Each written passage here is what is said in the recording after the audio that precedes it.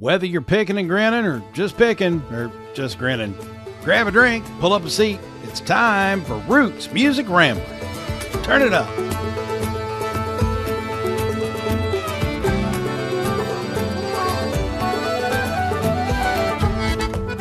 Hey, so you got a new podcast client? What?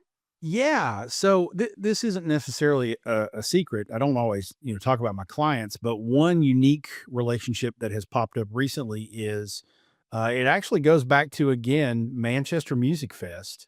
We've talked about that festival a lot. It was my number one event for 2025. And this is another reason why. I was at that event and I happened to meet Katie Combs. Now, some of you will know who that is instantly. Others will not. She is Life of Katie Ann on Instagram and TikTok. She has 700, 800, 900,000 followers or whatnot. And she is from Jackson County, Kentucky, which is down in southeast Kentucky. So she's a hillbilly just like me. And Katie Ann basically just does these little day in the life little, things where she usually starts everything out with, listen, honey, let me tell you about this cornbread I made. And, she's Southern and she's, a hillbilly, that kind of thing. And she's actually really, really fun and really engaging and, really transparent. She talks a lot about her own, wellness and weight loss on her feed. She talks about, raising her daughter.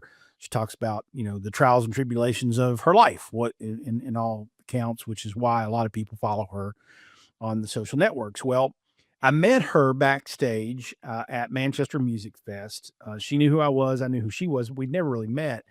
And she looks at me almost immediately and says, I want to talk to you about a podcast. I'm like, well, that's what I do. I love that. So long story short, she has launched, and I have helped her launch Listen Honey, which is the name of her podcast, which is now about 6 episodes into it. Oh. The latest episode that we dropped the week before we're recording this was she sat down and talked to author Silas House, who we've talked about getting on this show before. But apparently you got to have 750,000 followers or more and not look like this to get Silas House on your show. Or this. That's okay. But no, she sat down with Silas House and she's been doing a great job of pulling in other influential people from and around Kentucky or Appalachia, because that's really her audience. Most of her audience is people in the South. But she has also interviewed, interestingly enough, Nicholas Jamerson. And her Nicholas Jamerson episode was about 2 months. She recorded the interview about 2 months after we interviewed him.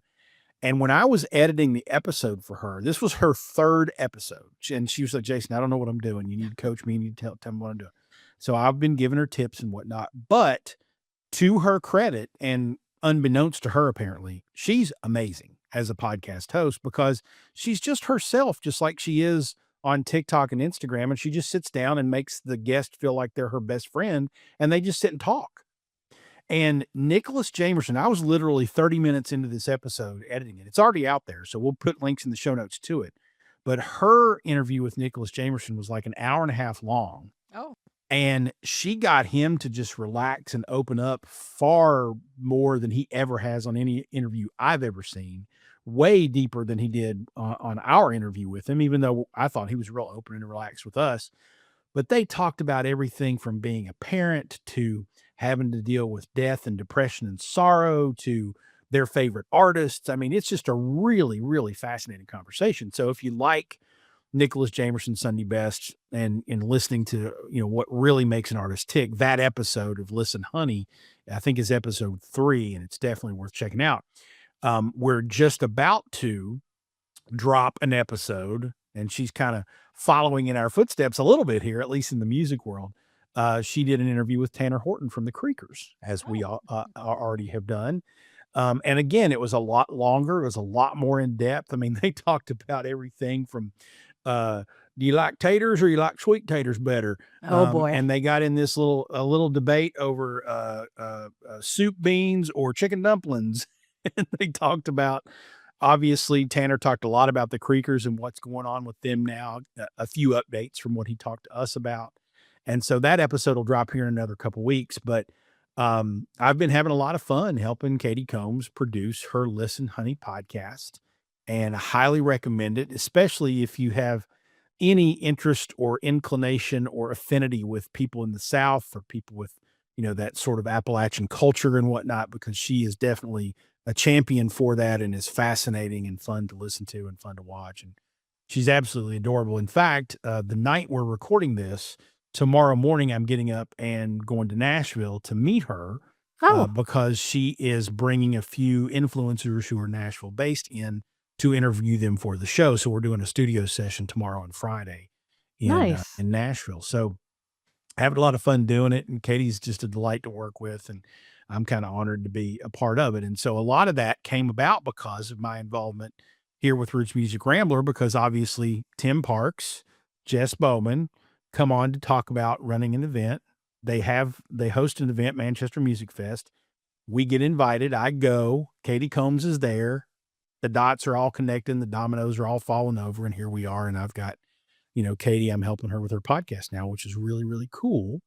And every time she mentions me on the podcast and whatnot, I get another, 100 followers on TikTok too, which is Nice. weird, but it's Wow. pretty cool.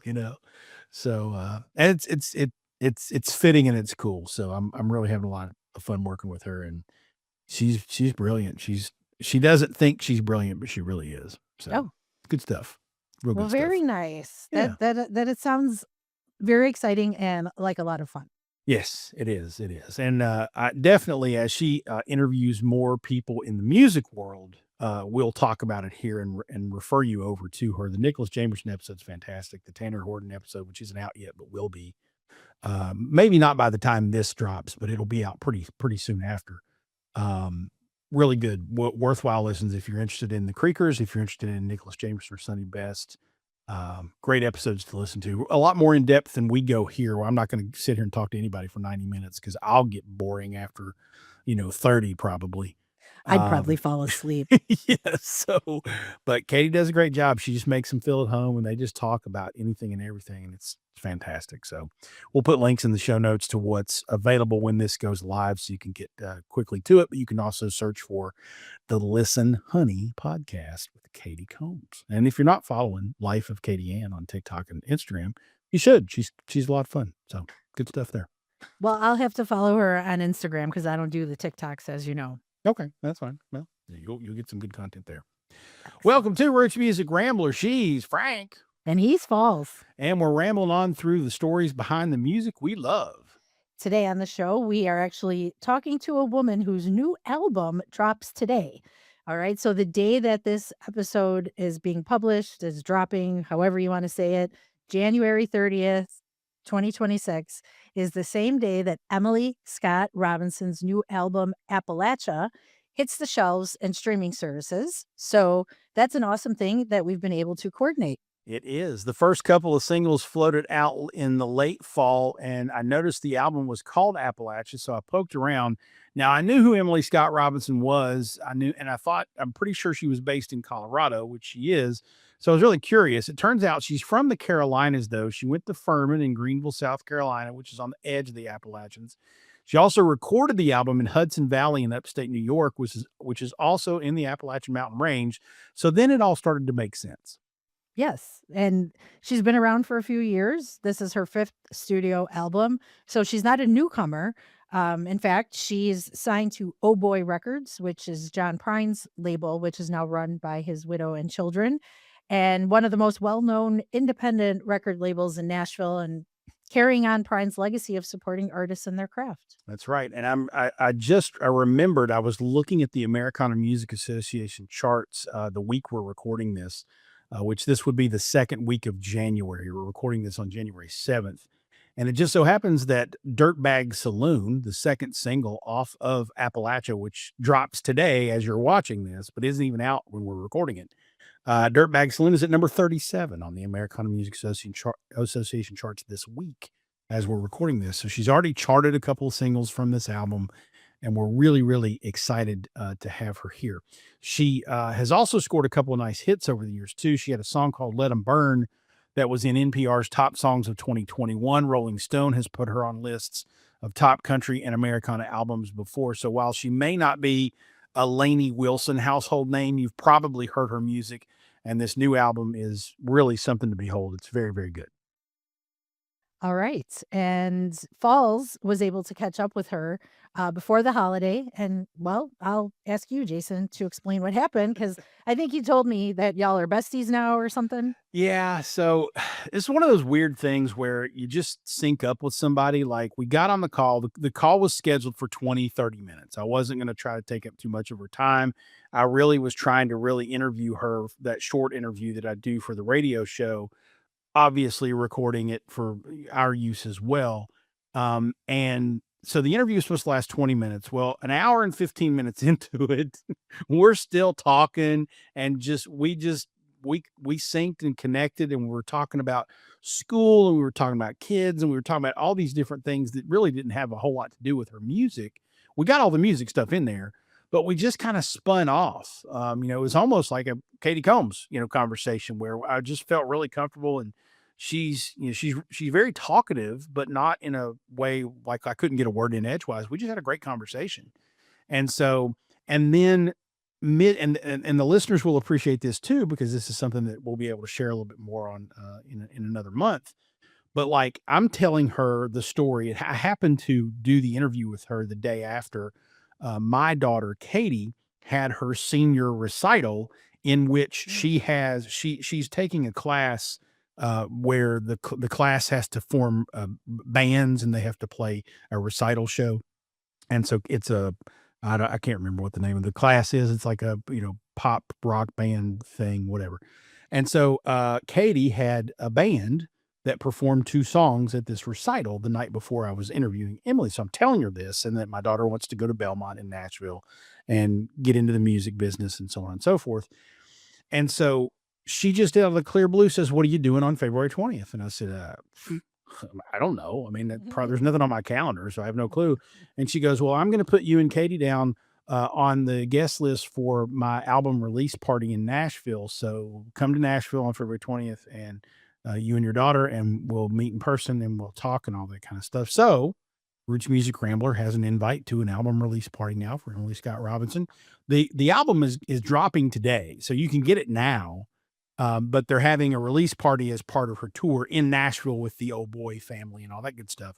So we've been invited, and my daughter Katie and I will go and represent Roots Music Rambler at the album release party, and certainly report back on all the fun people we meet and all the conversations we have and good stuff. So not only are we bringing you a nice preview of the album and an interview with Emily Scott Robinson today, but we'll have a follow-up story about all this after the February 20th release party. So there you That's go. exciting. That's Yes, that is pretty exciting exciting. stuff. Yeah. And I feel like I the story's familiar, so I think we may have talked about it. I don't know if it was on air, off air, or whatever. But as you were telling it, I was like, "Oh yeah, that's right." Because when you first told me about it, I'm like, "Oh my gosh, Katie, your daughter." That's such a cool opportunity for her, you know. So that I'm really excited. I'm Yeah. excited for both of you. Well, and of course, as soon as I got off the call with Emily and started thinking about this, and I got to tell Katie we're going to go. She might have to get out of school early that day or whatever to drive down, Okay. which is she's absolutely going to do. Um, I thought, wait a minute, she is going to an album release party in Nashville, hosted by Oh Boy Records, and I'm going like, okay, we're introducing her to people. We're taking business cards. We're going to get her an internship right out of the gate. Like Heck yeah. I'm just the dad networking brain goes on. I'm like, my daughter is going to meet all these people, including John Prine's widow and sons, and all these other artists and producers, and this is going to be amazing. So I don't know if it will be, but I'm going to go down there with my fingers crossed that Katie will network and meet some people and have some great contacts in Nashville before she ever gets to town. So. Absolutely. Yeah, fun stuff. Fun stuff. Maybe one day we'll have my daughter on as a guest again. She's been on the show before along with yours. Right, right. But who knows what my daughter's going to wind up doing in the music business. I hope she takes over the world. That'd be great. That I mean, she's already got the passion and the interest, so Yeah. yeah. Good stuff. Good stuff. Good stuff. So, All right. So you told the story. All right. Well, why wait? Let's take our break now and listen to the conversation. No objections here. Let's step out and thank the fine sponsors that make this show happen. When we come back, you'll bear witness to my conversation with my new best friend, Emily Scott Robinson, whose new album, Appalachia, is out today. Stay tuned. This is Roots Music Rambler.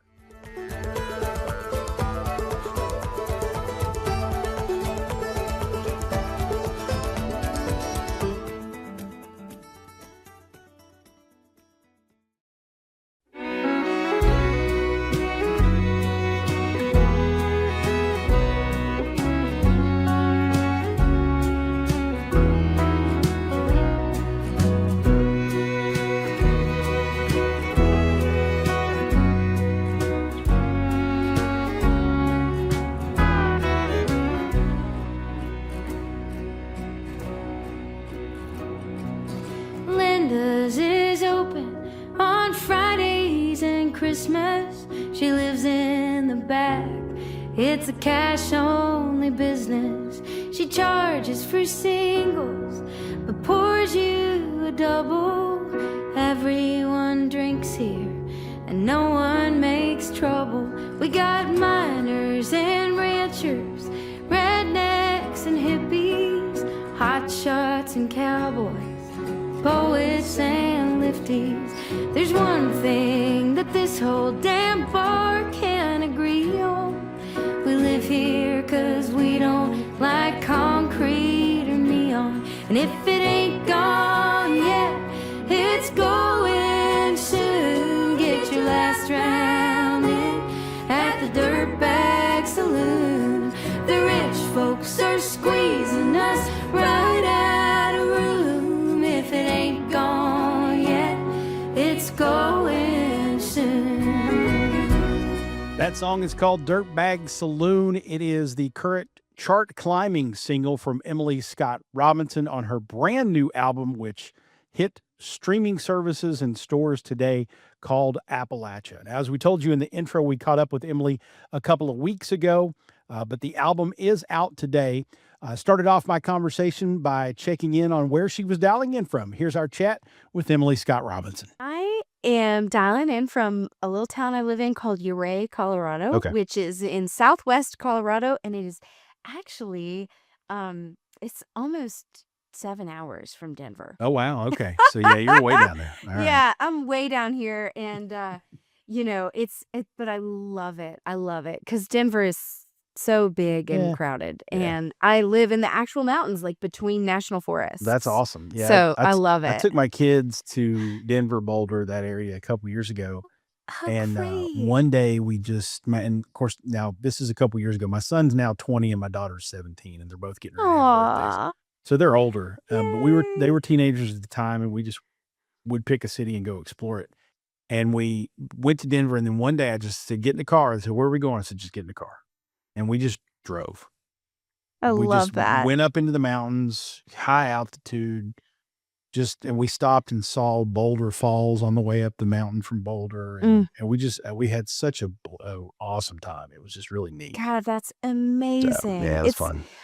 I didn't come out to these mountains until after college. I had Mhm. never been out to the Rocky Mountains, and I grew up. I was born in 1987, so I grew up in a time where the only place I was seeing the Rocky Mountains was in Barnes and Noble calendars. Barnes and Nobles. I go every year. I would get a Barnes and Nobles gift certificate for Christmas, like in my stocking, like $20, and I'd go pick out a calendar, and I pick out like the national parks calendars, and I would look at these pictures of the Rocky Mountains, and it just didn't look real to me. And now I live in the calendar. Yeah. There you go. So, I mean, life has changed so much since we were kids. Yeah, that's So, very true. And I'm slightly yeah. depressed that you were born in 1987 because I'm way older Just than you, but that's okay. listen, I'm almost 40. I feel like I'm in middle age now. So, I love it. But I was like at the tail end of the analog era. Oh yeah, yeah, And yeah. you have kids who are a little older than my stepson, but my stepson's 9, and he grew up watching streaming shows Yeah. like on Netflix. So I remember we were watching like football on cable television, and the advertisements came on, like the commercials, and he was glued to the Oh, television. wow. And he was like, "What's this?" And he knows what ads are like on his little online games and stuff, Sure. but the commercials were so big and they were so loud and they were so punchy and bright, and he was like, "What is this?" Yeah. And I was That's like, "Oh no." yeah, I never really thought about that sort of Oh generational my shift, but god. that's definitely a new thing for Dude. people to go back and see TV commercials. They're probably pretty amazed. I know. It's like, I don't make me nostalgic for TV commercials. God. Exactly. But Oh, everything, all the tech developments are making me nostalgic for old school TV commercials. yeah, sometimes Yeah. they are. I mean, of course, I love the old ones that come up, the old jingles you remember and whatnot. I do get Yeah. nostalgic about it sometimes, but Yeah, the Folgers jingle, the sure, Mentos jingle. absolutely. Man, that's when you could make money in the music business. Yeah, yeah, you write a jingle and you're good, you're set. Yeah. Speaking Oh of making man. money in the music business, let's talk about this new album because we're recording this a few weeks prior to the episode dropping, but the episode is going to drop on the day the album drops. So Oh my god, that's so Appalachia comes exciting. out today. If you're watching this as we dropped it January 30th. Now, when Oh. people do a cursory look online of Mhm. Emily Scott Robinson, they see that you're based in Colorado, and maybe Mhm. they saw that you grew up in Greensboro, North Carolina. So Mhm. take me through the ties to Appalachia. What about this Mhm. part of the country inspired that album? Absolutely. So, okay, so I was working on this album, writing the songs for it, and the title track Appalachia, I was not the first song I wrote. So, for me, when I'm putting an album together, I have no idea what the name of the record is going to be until it reveals itself to me. After I've recorded it, is when I kind of discover what the name wants to be. So, I wrote this song Appalachia about halfway through the process of writing all the song, and I wrote it right after Hurricane Helene had hit.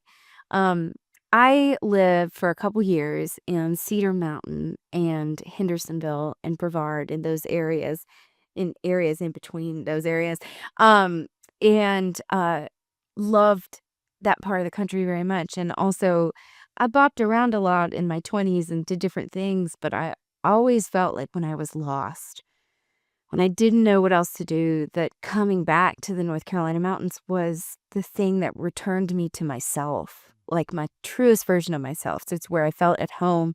I worked as an outdoor educator there, and I loved it. So I love those mountains, and those will kinda always be the first mountains that were home for me. I went to college at Furman, which is in Greenville, but it's actually in Travelers Rest, which is, like, right at the Right. foothills of 25 and 276 Hmm. going up to the mountains. So I spent a lot of time in those mountains. Um, so I rode Appalachia right after Hurricane Helene, um, tore through, uh, Western North Carolina, East Tennessee. And, a lot of my songs arise in a tension point between maybe where I am and where I wanna be, or what I would like to see, or, and so for me, the tension of being I had just been in Brevard, like, a week and a half before that hurricane hit, and I had been on a writing retreat with friends of mine who were also from that part of the country, and, I left, and the hurricane hit right after that, and so, um, I, like, wished that I could be there, to help with the recovery efforts, but I couldn't be, and it was pretty clear actually that, like, if you weren't there already, like, don't come. Yeah. Come on, FEMA's trying to dig out people from the hollers, and not just I mean, really, truly, the thing that inspired me so much about talking to my friends about post Hurricane Helene was that people were all hands on deck helping each Oh other. yeah. And you are from Appalachia, so you know that this is how it is. Oh yeah. This is how the communities are there. And, like, people were figuring it out, and they were helping each other, and they were, going out of their way to do that. And Oh, that's something that I think it's not only true for Appalachia, but it's particularly true in rural communities, Yeah. in small communities where it's like politics and religion aside, your neighbors are your neighbors. You rely on each other. And it was really a really beautiful thing to witness. Okay, so I wrote the song Appalachia, and then I ended up recording the record on the other end of the Appalachian Mountains Yep. up in Woodstock, New York, and Hurley. Well, sorry, near Woodstock, just adjacent. At this old church called it's an old church that's a recording studio now called Sweet. Dreamland Recording Studios, and I I recorded the album that week, and there are a couple other songs in here that are also pretty deeply referential to the South and to Appalachia.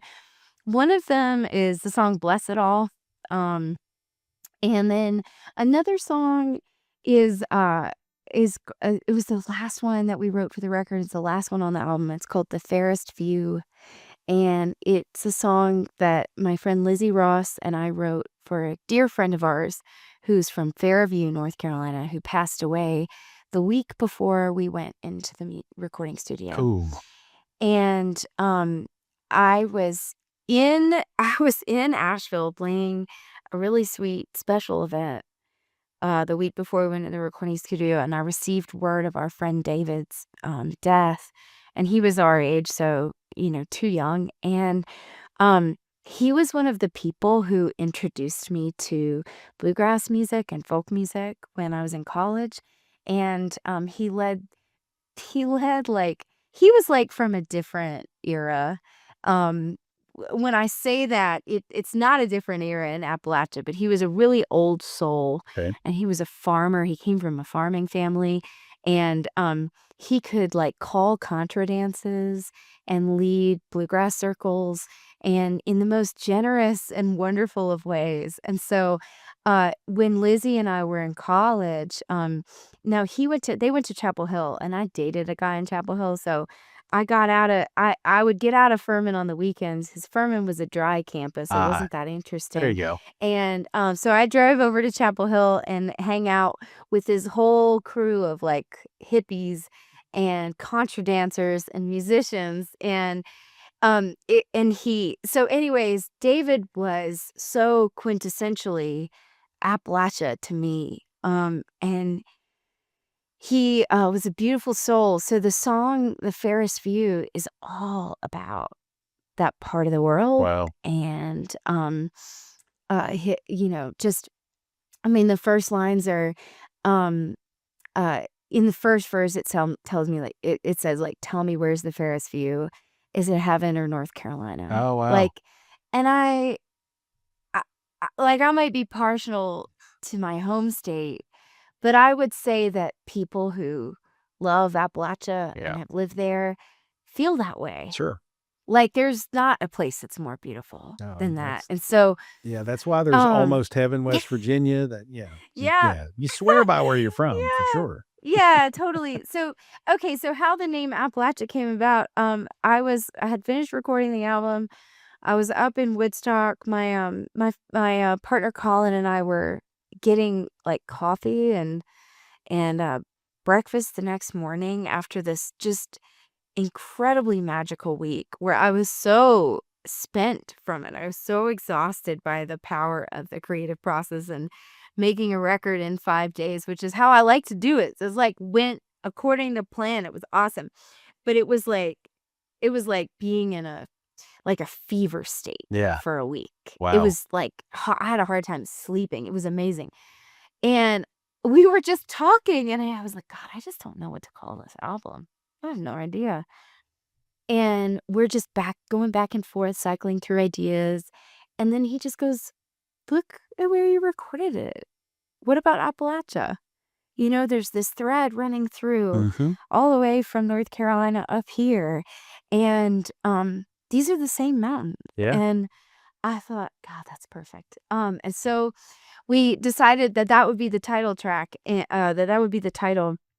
And now there's one song on there that's specifically about Colorado, but I find that it could be applicable to any place. Okay. and it's called Dirtbag Saloon. Yep. And it was inspired by where I live in Colorado. I lived in Telluride for about 10 years off and on. And you know, Telluride, like many wealthy ski towns, became a place that, it used to be that you could live there if you worked there and you could kind of find a way to make it work. But it became more and more impossible. It became exceedingly gentrified beyond what I could even conceive was possible. So I wrote a song, like Dirtbag Saloon is kind of about the western slope of Colorado and the wealth gap between the working class and the elite in these areas. Yep. But also, it could be about any mining town in Appalachia. Oh, sure. Yeah. It's like we got miners and ranchers, rednecks and hippies, hotshots and cowboys, poets and lifties. So it's like a little like Yeah. lifties work at ski resorts, right? They're the lift operators, and hotshots are wildland firefighters. So Right. it's like, and I just kept thinking to myself, I said to Colin, like, is it okay to call it Appalachia? Because there's this one song that's kind of about Colorado, like, and he's like, of course it's okay. Absolutely, it's okay. Well, So, speaking as a representative of my people, I will Thank say it's you. absolutely okay. Thank you. I needed somebody from Appalachia to give me this blessing Well, because I really wasn't sure. you definitely have it from me and from all of us here. So I'm Oh, curious. You mentioned your friend who passed away, introducing you to bluegrass yeah. and mountain music. hmm I'm curious. You talked a lot about the Appalachian culture, but how has hmm Appalachian or mountain music informed your work over the course of your Yeah. career? Oh my gosh. So well, um, I love roots music and bluegrass. In the way, like my favorite sort of area of roots and bluegrass music in North Carolina, mountain music, is that which is so clearly sonically descended from Celtic music Mm. and Scottish Highlands music. And so songs with drones in them, double stops on fiddles, things that are in kind of open modal tunings, all that kind of like the dancey um stuff, the ballads. To me, it's almost impossible to separate my music from my ancestors' music, from the British Isles and the like the hundreds of years of storytelling through ballad and collective memory and oral history being recorded through music. So I would say that's a huge influence on what I do. I would consider that to be, by definition, folk music. Sure. Folk music being of the people, and really centered around story and history. Um, and then really sonically, I started to write in a lot of modal tunings. Hmm. And when I say modal, what I mean is you've got the 1 and the 5 and you're leaving the third out. So it sounds Celtic. It sounds Yeah. ancient. Those would be the sort of the ways I would explain it. Because the third brightens it up and makes it, sound more like a modern Western tonality. Yeah. I was a music major for a year, so here I am bullshitting about, the small amount that I can say, the small amount that I know, but I'm talking pre-Mozart, pre-classical, pre-romantic, right? Early music. And with like, well, for reference, I also, as a teenager, listened to a lot of Joni Mitchell, who plays the dulcimer. Yep. And the dulcimer really utilizes a lot of drone strings as well. I don't have a dulcimer, so I just started to do that on guitar. When I was learning Joni Mitchell songs, Hmm. I would find guitar tunings that would mimic the dulcimer. And so I started to really fall in love with these open tunings with drone strings and really play around with that. So there's a lot of that kind of influence woven into my songs. There's also a pretty deep sense of place in these songs, in quite a few of them. Um, the folks that I was listening to in high school and in college and after, from kind of the North Carolina scene, I got to see Doc Watson play twice before he passed away. I used to Wow. go to Merle Fest. I'd go to the like Fiddlers Convention. I got to see the Carolina Chocolate Drops when they were still like really Wow. emerging. I was in college, so they were in their 20s and they were hoofing it around North Carolina, being like, "Did you guys know that like the banjo comes from Africa and Black people are a really important part of Yeah. roots and bluegrass music?" And and I was like, I didn't know that because I didn't nobody taught me that. Uh-uh. Like Rhiannon Giddens and Joe and Dom, they were like they were teaching us Yeah. this, and so I was living in North Carolina at a really cool That is a cool time time. for this like breaking open of bluegrass music and roots music and Yeah. folk. And so anyways, I would say that those are kind of the ways in which Sure. like North Carolina like roots and bluegrass music have influenced me. Hey, we've got more coming up from Emily Scott Robinson. We'll dig into a little bit more of her music background and how she got started with music, plus a lot more after the break. Let's go out with the title track from her brand new album, which is out today. This song and the album is called Appalachia. This is Emily Scott Robinson on Roots Music Rambler.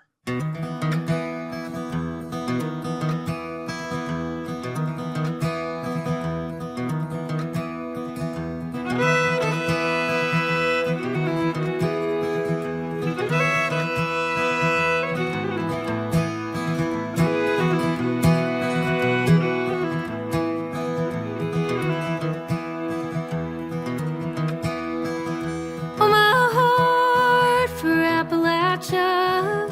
Oh, my heart for these blue hills. Oh, my heart forever captured, beating still. Many nights I lay here sleepless. Many nights I watch the stars. Many nights I make my way home from afar.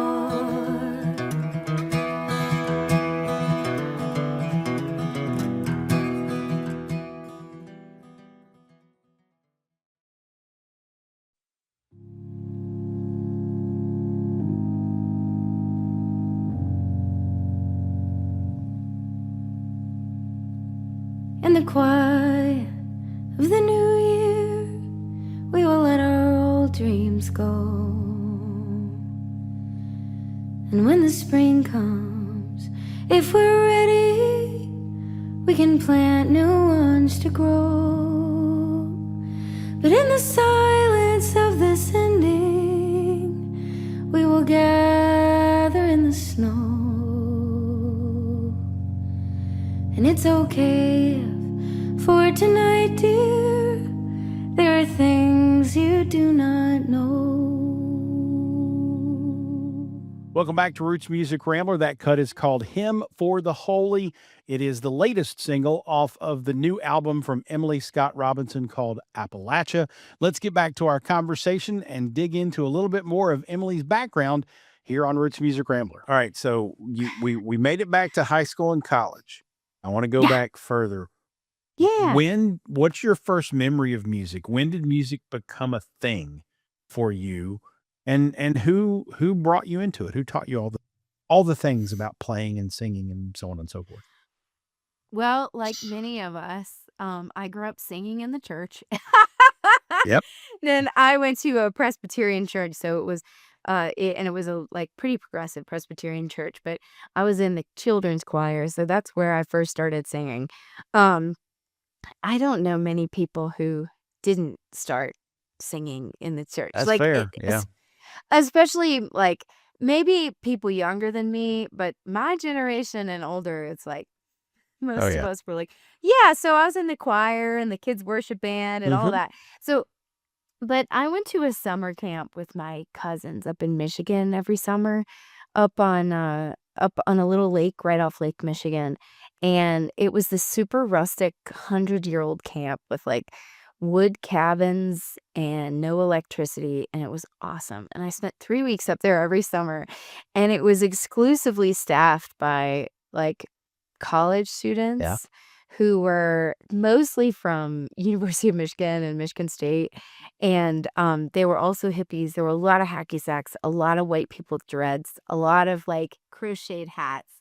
So this is like, and this is peak like 90s folk Lilith Fair era. Nice. So every day at the end of the day, like right before they send us off to bed after our big evening activity where we play some giant campwide game of capture the flag, or we're running through the woods for 2 hours, the counselors would gather us for something called mellow time. Oh, And it was this little song circle. So all the campers would sit on the ground and in the woods, and a counselor or two would have their acoustic guitars and they would play folk songs, and we would sing before bedtime. very nice. And it was a lot of 60s folk and 90s folk. So it was like Cat Stevens, uh, I'm just like Cat Stevens, Paul Simon, Joni Mitchell, Yep. but then also like Ani DeFranco and Dar Williams Yeah. and Indigo Girls and Bob Marley thrown in there. Of course. So Ben Harper, stuff like that. So we were singing a lot of that, and I just fell in love with that kind of music. Yeah. And I thought, this is the coolest thing ever. I want to be able to play guitar and sing. So I one day had a counselor explain to me how the frets worked. Like he was like, here are the strings, here are the frets, here's how you make a string make a sound on a Mhm. guitar. These are what chords are. And that was the full amount of instruction that I received. Wow. And he taught me how to play this like bastardized version of Moon Dance by Van Morrison, where you just make an A minor shape and you slide it up the neck, and it's like super easy. And I already had a background in music, so I knew rhythm and pitch and tone, and I was at this point I was already taking classical lessons for the clarinet, which I played all the way through college. And so it's not like I was picking up an instrument for the first time. So I picked it up, I could play it. I went back home. I begged my mom to restring her old classical guitar. It was the only guitar we had in the house. It was an old Yamaha. So she took me to the music barn in Greensboro, North Carolina, and we got this classical guitar restrung, and I taught myself how to play. Wow. And I downloaded tabs from the internet, and I bought a little chord chart book that could fit inside my guitar case. Yeah. And I played that guitar. I played a nylon string Yamaha for 4 years, and taught myself a bunch of folk songs on that. And that's how I got started. And then when I graduated high school, my graduation gift was, they were like, we'll buy you it. I was like, I want an acoustic electric guitar. Okay. I want a steel string guitar, because that's like what people played. And then here I was playing chord songs on a classical, which was weird at the time. And so they bought me a Seagull, which is a great brand of Canadian guitars that are beautiful and affordable. Mhm. And that sweet Seagull guitar, I still have it and I love it. So anyways, all that is to say, that's how I started playing music. Okay. Mhm. And so what took you from there to your first recordings, which obviously led to one thing, which led to another, which led to Oh Boy, Mhm. which led to where you are now? So after I graduated college, I pursued a career as a social worker. And so I worked a couple different jobs. That's when I moved out to Colorado for the first time. I worked as an AmeriCorps volunteer for a year. I then got a job at a nonprofit where I worked for a couple more years. But I was living in Colorado, and I had a friend who was a singer-songwriter. And at the time, I was playing out. I was gigging, but I was just playing covers. Okay. And that's really what I did in college and in my 20s, early 20s. And my friend Rhonda said, hey, there's this really cool song school camp that I go to every year. It's so awesome. It's up in Lyons, Colorado, which is north of Boulder. It's like between Boulder and Estes Park. And it's this sweet little town on a river at the foothills of the mountains. And it's where this place called Planet Bluegrass is, Okay. which is this like festival grounds where they put on a couple different festivals during the summer. And they put on Rocky Grass, and they put on Folks Fest and all of this good stuff. So she said, hey, somebody just dropped out and there's an opening. Do you want to come? And I was like, let me see if I can get the week off. That sounds really cool. Because I was feeling pretty burned out on my job at this nonprofit. And I was also feeling pretty burned out from playing covers at bars and restaurants. And I kind of thought that I should just stop playing music because I wasn't enjoying it anymore. But I realize now that I wasn't enjoying it because it was really boring Yeah. to me. It wasn't fulfilling. I wasn't on a growth edge at all. I was just playing the same songs at restaurants. So I went up to this camp. I was 26 or 27, I think, when I went. 26. And it was life-changing. It was so awesome. First of all, I wasn't writing my own songs before this, and I met a bunch of people who were songwriters and who were indie touring singer-songwriters working in the Americana and folk worlds who were people who were giving workshops on how to do that. And they were giving workshops on, first of all, like, you could take, it was a lot of folks from Nashville, and it was a lot of the instructors were from Nashville, and then the other contingent were mostly from Berkeley. But it was people providing workshops and classes on the basics of songwriting, writing better lyrics, guitar playing, vocal workshops. But then there were also workshops about the business on, how to book your own tour, how to market yourself as a musician, like how to make your first recordings. And I had never seen that as an option for myself. And I had never been close to or even seen anybody who was doing that for a career. I just didn't know that that was really that possible. And so I saw all these wonderful songwriters who were like kind of making it work for the most part. And I thought this seems amazing. Yeah. And it would like just lit up my whole world. And I saw this opportunity and I was like, it was funny because I was like, am I too old to do this? I was 26. Yeah. And here's the answer. You're never too old. No. And I got to like study. I took a workshop with Mary Gaucher, who's incredible. And I remember she told us that she didn't start her career till she was 40. Yeah. She had a whole other life before that. Mhm. And I was like, what? That's crazy. So anyways, it was really special. It was really transformative for me. I had a great time. And I went back home and I was like, okay, I'm going to work towards this. And so over the course of the next couple years, I eventually quit my full-time job. I went down to part-time work to help support myself while I was starting to record and make music. Um, I won't go super, super into all the details of my life at that time, but all this is to say, I started entering songwriting competitions and playing open mic nights and just like making as many connections as I could. I was living in Chattanooga for a year and a half, kind of randomly, but I was in Chattanooga back in the South. And I won a songwriting competition, and the prize was 8 hours of recording time at a little studio north of Chat, in Soddy Daisy, Tennessee.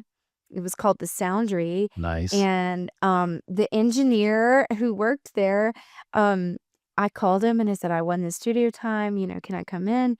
And he said, yeah, what do you want to do? And I said, I want to record my songs. And he was so great. His name's Brett Nolan, and I don't know if he's engineering still there, but what he did was he had the good sense to just stick me in front of a couple microphones and have me play and sing together, because that's what I always do. That's how I perform. Yeah. And so he didn't want to do a whole bunch of multi-tracking. He goes, we got 8 hours. Let's do this. And he like fake mastered them on the spot for me. Wow. It was like, it's not an actual mastered record. That's my first album, Magnolia Queen. I made that in 2016. No, I made that in the fall of 2015. And then I printed CDs and released it formally in 2016. I uploaded it to the internet because That's I what just you Googled, do. like, how do I get my music on Spotify? Oh, there's this thing called TuneCore. I guess I'll just do this, right? So anyways, that's how I recorded my first album. I just was piecing things together. I was still working a part-time job to help support my career and pay the rent. And I was gigging at bars and restaurants, and I was doing everything that I could to cut my teeth as a performer. Mm-hmm. And I started to stake my own songs in there as I wrote them. That's And great. people really responded to them. Yeah. And I was like, oh, okay, cool. Very nice. Yeah. Incidentally, Brett Nolan has come up on our show before No because way. we interviewed a singer-songwriter out of Lexington, Kentucky named Taylor Lansdale, who's super talented. Hope you get to cross Great. paths with him at some point.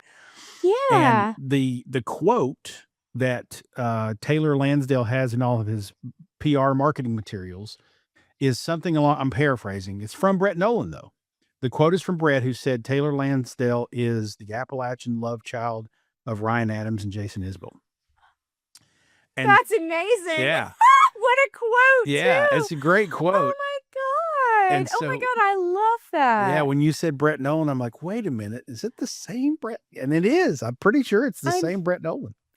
God, I need to look up Brett Nolan and see how he's doing He's, and go, thank you for having the I good think he's sense still of sticking cranking me in stuff front of out. a mic. He's got stuff Good on for him. Spotify that's pretty recent. And yeah, so he's doing That's fine. great. That's Oh good my stuff. God, that's amazing. That is so cool. Because I don't live there Yeah, anymore. I wasn't sure. I mean, I was like, this guy's really good. I know he's got a career yeah. lined up for him, but that is so cool. It's pretty neat. That's I cool. love that. Yeah, you'll have to Oh, you'll have to look Taylor Lansdale up. He's relatively new, and he, like you, had a career as a lawyer. He was a oh public my defender, God. Oh and my got God. burnt out on it, and got a guitar and started playing songs and writing songs to just kind of flush out his brain. Oh my And God, I he want writes to some know this. fantastic songs. So, Oh my God, a military veteran mhm. and a former public Oh defender. yeah, I'm just going to send Taylor a cold message and go, we need to be friends. yeah. There you go. That's incredible. There Oh you my go. God. Love Thank making you those for putting connections. me thank you for putting me on to him. Sure. Yeah, I Okay, think I you'll like. cannot I think wait you'll to like his songs. listen. And we had him on the show, and one of the things that I thought was really funny because like right before I interviewed him, I met him and his wife at an event at a festival, and Yeah. he has this song that's and I'm gonna mess it up here trying to think of it off the top of my head, but he's got this song. Daffodils and Sleeping Pills, which is about basically an exotic dancer and her life and whatnot. Wow. And so I asked him on the show, and he said, "Oh, I write a lot of fiction stuff. That's not about my wife." So it's like, yeah, okay, gotcha. Um, That's so funny. I feel especially too when you're first starting in the first couple years as a songwriter, people really want to know if songs are about yeah, you or if they're about other people. Like they're sure, like, yeah, like I just it's funny. And Jason Isbell speaks pretty poignantly about that particular thing where he talks about how like there are a lot of emotional truths buried in fictional stories in song, and it's always kind of this like dream state type of truth. hmm It's like there was this great saying that I learned like my first year at the song school, and it was like, don't let the facts get in the way of the truth. yep, I wish that like our current media environment would not follow that. yeah, I would like facts and not vibes. But when it comes to art and songwriting, hmm for me, I have placed the emotional truth of my experience in all kinds of different stories that aren't about me, sure, um, or that aren't my actual stories. So that's really funny. It's funny too, because I feel like it's good to hear that Taylor has to qualify that, because I sometimes feel like people are more like interested. Well, let me put it this way. As a woman artist, when I would sing like really sad songs in the early days, people would go, are you okay? Like, you've lived such a hard life. right, And they were really like concerned about me as a yeah, person. I didn't see that as sexism. I just see it as like a different way that people perceive sure, women, that they're like more like maybe they believe that our songs are more, maybe this is a little bit sexist, but that our songs are more confessional, and so they assume that all our songs are about us. yeah, And maybe this is also just the fact that we live in an era where like major female songwriters like Taylor Swift are like, yeah, all these songs are about me. Yeah. Well, So I don't know. I think it's also true for men though too, because when I Yeah. hear some of these singer-songwriters like Taylor, I mean, Taylor has a specific, sort of vibe that you can tell he's these are stories that he's telling that are not Yeah. necessarily him. But when I hear Yeah. a West Ship or somebody like that and they're singing a song, I'm like, man, he's digging into his own soul for this. Like I can tell. Yeah. So I Yeah. think that might be universal, not Maybe the just genre too. yeah, yeah. I think that might have a lot Because to do with it. this is the thing is like country is 3 chords and the truth. And so we really like this is the genre that we're in Yeah, as well. for sure. More so even than like it being gendered. But yeah. Yeah. Yeah. So I need to ask you about Oh Boy, because I don't know what your relationship with John Prine was as a fan before you came into that fold. But John Prine was one of the sort of original singer-songwriters that got me interested in music at all. I went to see him with my mom and stepdad when I was 9 years old. And it was the first person that I saw that I was like, "Well, he's telling stories that sound kinda like my life. This is really interesting." And I saw music differently. But I would think as a singer-songwriter, regardless of what your relationship with or awareness of John Prine was, to be, even in a boardroom conversation with people at Old Boy, you gotta be like, "Oh, shit, this is like hallowed ground." So, tell me how that all Oh yeah. happened and what it's like working with them. Well, first of all, I was a still am, huge John Prine fan. Mhm. And I say this a lot. Listening to John Prine's catalog is like going to songwriting university. For me, his storytelling is unmatched. Mhm. And Fiona, his wife, said something to me when I first in like the first year that I had signed to the label and we were talking about John's music and the parallels with my music because she paid me a great compliment in saying this. She was like, John loved people. He loved people. And you can hear that in his songwriting. Mhm. His attention to the forgotten, his attention to the underdogs, his attention just to people's lives and the the quotidian miraculous aspects of people and their lives. It John writes beautifully about people. And she said, John loved people, and I can tell that you love people too. And that's one reason why we wanted to sign you is because that quality is in your songwriting. And I was like, to receive that Mhm. compliment is like no higher honor. Yeah. I was introduced to John's music not until I was in college. My parents didn't I don't think my parents John was not on their radar. Okay. And so we listened to the only way, my mom loved Nancy Griffith, but that was the closest we ever got to, and Mary Chapin Carpenter. But beyond that, we didn't listen to like country music because John was considered Yep. country in those days, like country folk, but really kind of country in his early career. And so Nancy Griffith was maybe the closest that Mhm. I could have gotten to listening or hearing John when I was a kid. But my parents didn't know John's music, and so when I was in college, my college boyfriend said, "Have you ever heard of John Prine?" And I was like, "No, who's that?" Oh, wow. And he plays a mix CD of a bunch of different John songs, and I listened to Jesus the Missing Year, Yes. and I was like Uh-huh. I know if you're just listening to this and you can't see my face, I didn't even know how to take that song in. Yeah.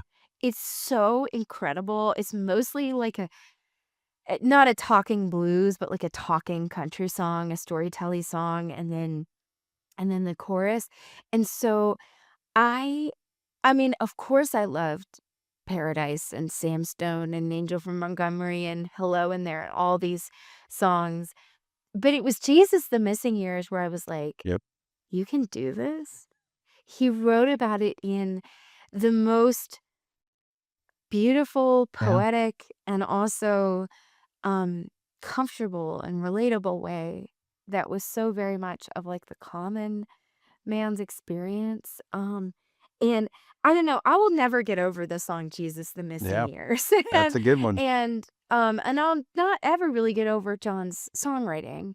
Um so I was a huge fan of John, and kind of had my own little vigil when during COVID when he was sick. And so I was like listening to his records, and everybody knew he was in ICU and he was an early COVID case. And I was checking Fiona's Twitter page for updates like every couple Yeah. hours because he had there was news that he had improved a little bit. This is for those listening. This is early April 2020. Yep.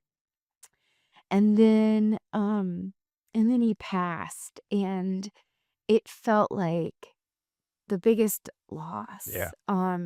And too young, Hmm. because John had freaking fought two different kinds of cancer and then taught himself how to sing again. Like, of course, he Sure. was gonna pull through this, Absolutely. Yeah. um, and it was such a tragedy that he didn't. And um, I released my song, "The Time for Flowers," which is like kind of an anthem of hope during the pandemic. I released it a few months later, um, just like independently, got it up. And a lot of people really related to it. And I didn't know that anybody in John's family or at Oh Boy knew who I was.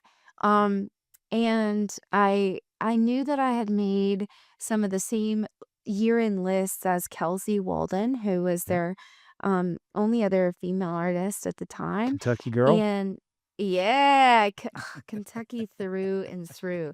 There are people who cosplay being country musicians, and then there's Then Kelsey yeah, Walden. it's a good And I point. will hold all those cosplayers up to Kelsey Walden and go, "You're fake. Yeah. You fake. Yeah. You fake." Because like there's just nobody as country as Kelsey for real. Yeah. She's so awesome. And okay, so December 2020, I got a message on Instagram from Jody Whelan, who is John and Fiona's oldest son. And um Jody, it came through as a message request because it was from his personal account, Yeah. and I didn't follow his personal account. I followed Oh Boy, but I didn't follow him. Right. And he sent a really nice message, and he said, "I was out for a walk today, and I heard The Time for Flowers, and this song really like meant a lot to me." And I remember he said this was probably the first time this year that I could have heard this song, and it really touched me. And he said, we're big fans of yours at Oh Boy, Nice. and we would love to work with you sometime, or we'd love to help you. Yeah. Um, and I was like, they know who I am? I really was like, and now I know now that I know Jody's always listening Yeah. to music. Jody pays attention to everything. He is such a sponge, especially for emerging artists. Sure. He's paying super close attention. So now it makes sense to me. But at the time I was like, you've got to be kidding. Sure. Yeah. Jody knows who I am. Oh Boy knows me. And I responded, and I was like, John meant so much to me. And I'm so sorry that he's gone. This is just awful, and I've been thinking about you all and your family this year, um and I also like love Oh Boy, and I would love the chance to talk to you. I have a new album that I'm writing, and I'm almost done with it. And so he and I got on a Zoom call, and we chatted, and it was such a comfortable, lovely, and easy conversation. And he really, it was very positive. He seemed to indicate that they were interested in signing me to a Nice. record deal. Meaning, like in the meeting, he said, "Okay, great. Well, like before we, he was like, I really want you to meet the rest of the team members, like before we, for your sake, before you decide if you want to like sign a record deal." So I was like, "Oh, okay, great."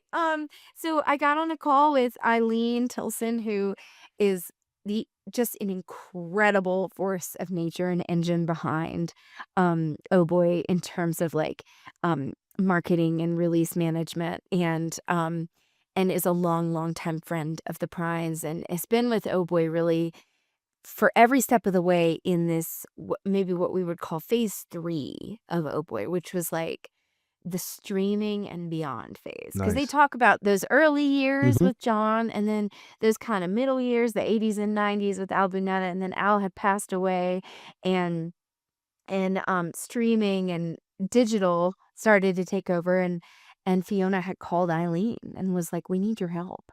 And so Eileen has been with Oh Boy for a long time, and I met the rest of the crew, Colin Fiddler, who's in charge of um, uh, all the physical media and merch and vinyl and stuff. I just talked to him today, he's sending me a shipment, and I think, there were a couple things that were very big green flags for me, which is that they had longevity with their staff. And Eileen and Colin had been with them. Colin was an intern Yeah. who used to tour with them and run merch at John's shows. And they were like, "You should come work for us," So it's like Colin been with them forever. Eileen had been with them forever. And so okay. And then Fiona's the president of the label. And Jody, of course, like is runs, is kind of the like A&R Yeah. and big picture stuff for the label. Nice. So anyways, sorry I'm getting super in the weeds about this, but that is to say that Oh Boy is not like any other record label. They are the most generous and artist-friendly label I have ever heard of in my entire life. And I compared notes with other artists and their record deals. Because that's the only way that you know what's going on in the industry Sure. is talking to other people.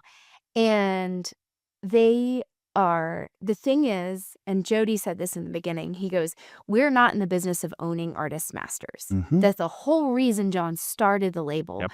was because he could never get his masters back for his first record. And he thought, this is bullshit. And he's right. Yep. And so he's like, "We're not in the business of owning artist masters.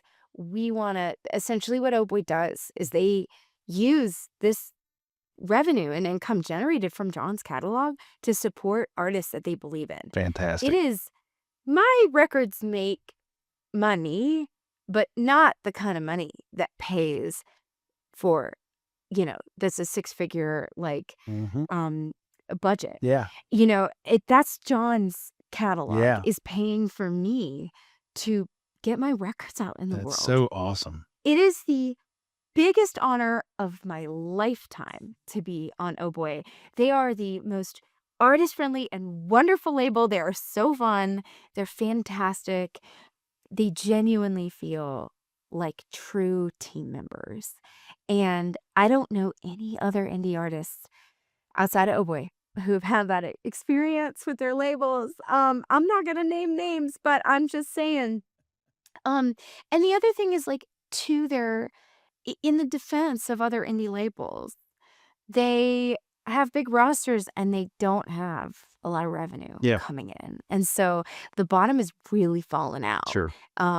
And John's music subsidizes us. Yeah. And It's crazy. that's an incredible gift. I will be grateful for it till the day I die. Well, Oh Boy is the best. They're the best. it sounds to me like John would be awfully proud of what they're doing Ugh, and what they've man. become. So you can't I think argue he with would that. be. Yeah. They're so it's so awesome. And the other artists that are on the roster are all incredible in their own ways. And I want to put you on to the band Palmyra if Oh, you yeah. Okay. haven't heard of them.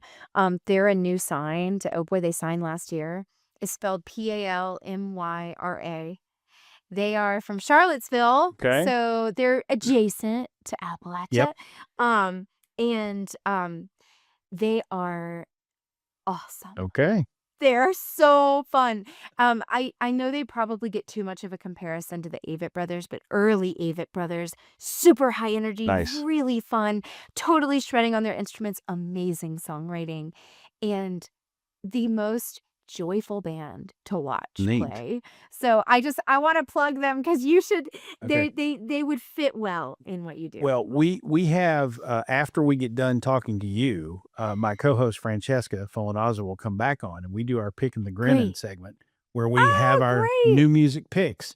So Perfect. Emily Scott Robinson will have a Pickin the Grinnin today on the show, and it'll be Palymra. Yay! So there you I go. love it. Oh my God. Yay. You'll be the Yay. first person outside of the two of us to have a Pickin the Grin. There you go. So Great. that's good. I love it.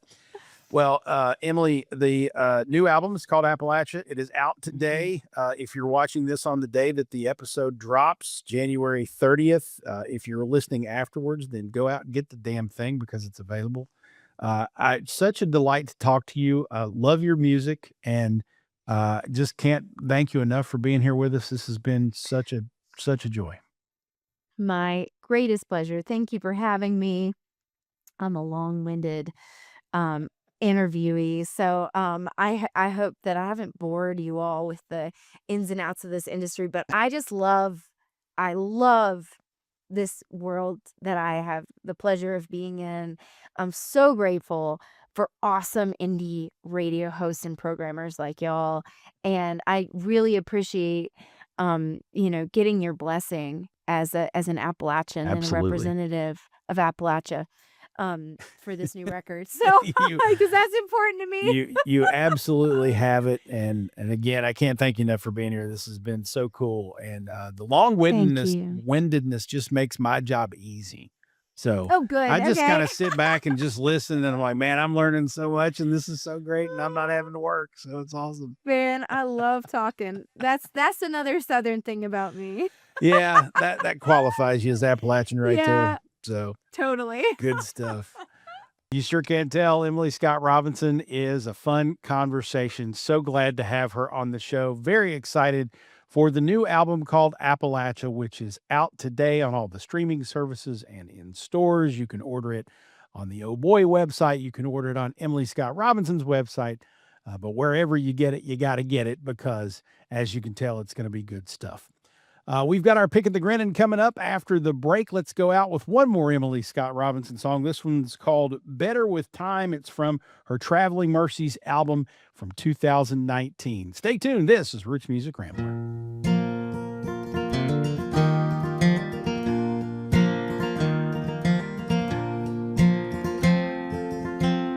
Yesterday, I drove past the house we used to live in.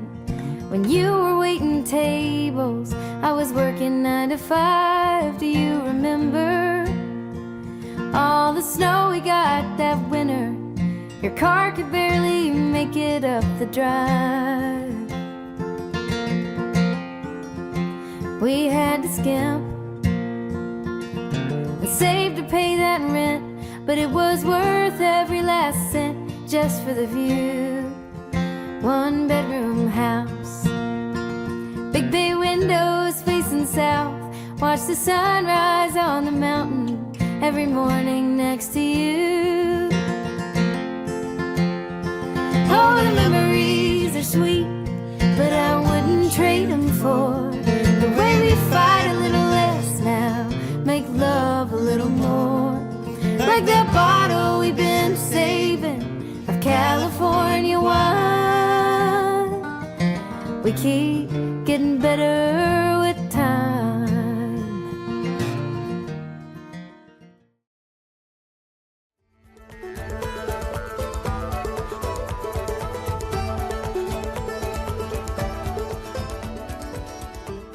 Well, there you go. My new bestie, Emily Scott Robinson. And as you can tell, we just kind of hit it off and had a lot of fun talking. And, I'll be following up with her here in just about 30 days as we head down to Nash Vegas and the album release party.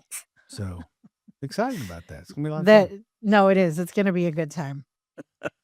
I don't know what I'm going to do or be able to do that night in terms of taking video and whatnot, because it's a show, like her album release party. She's going to perform. So I'm sure I'll be able to do some social media clips and whatnot.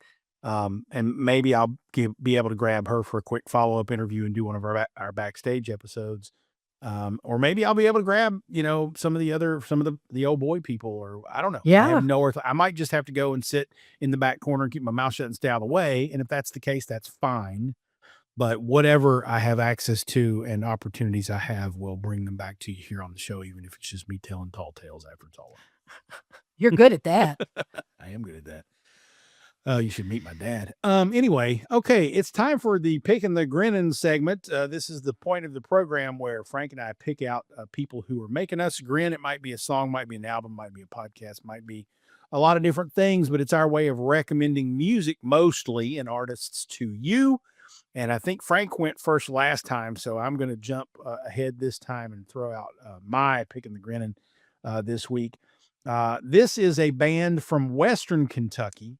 They are alt country, is a very adequate way of describing them, but they kind of veer off into a bunch of different sort of influences. But the name of the band is Hollerhead, and that's all one word, Hollerhead. Now, I find a little irony in that because hollers generally do not exist in Western Kentucky. People in Western Kentucky are going to get pissed at me for saying that.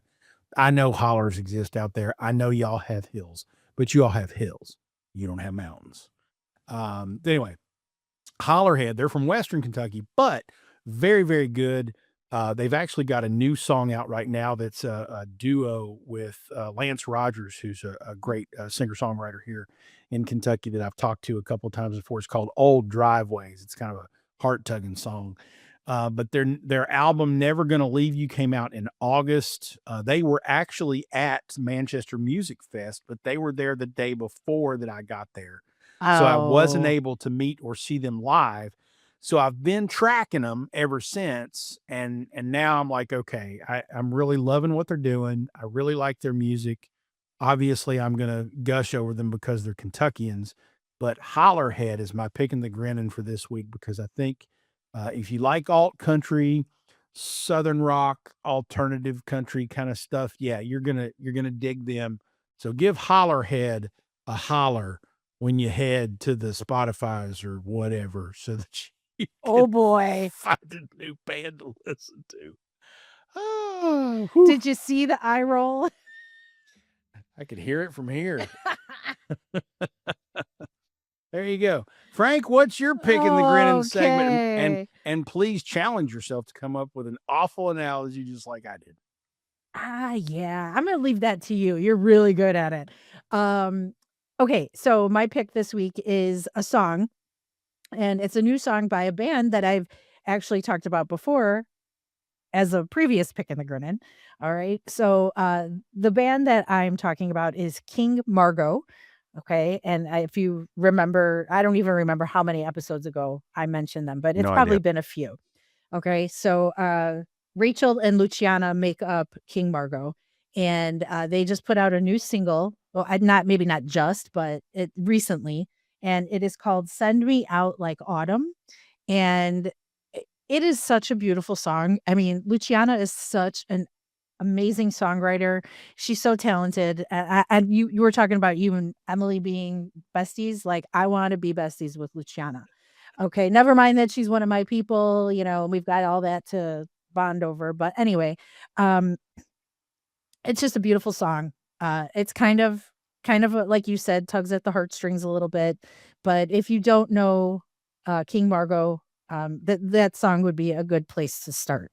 Excellent. So that's my pick for I this love go. it. Send Me Out Like Autumn from King Margot. We'll make sure there are links to that song and the band, and of course to Hollerhead in the show notes, so that you don't have to head to Spotify and holler at these people when you're looking for your new music from us on the Pick and the Grin segment this week.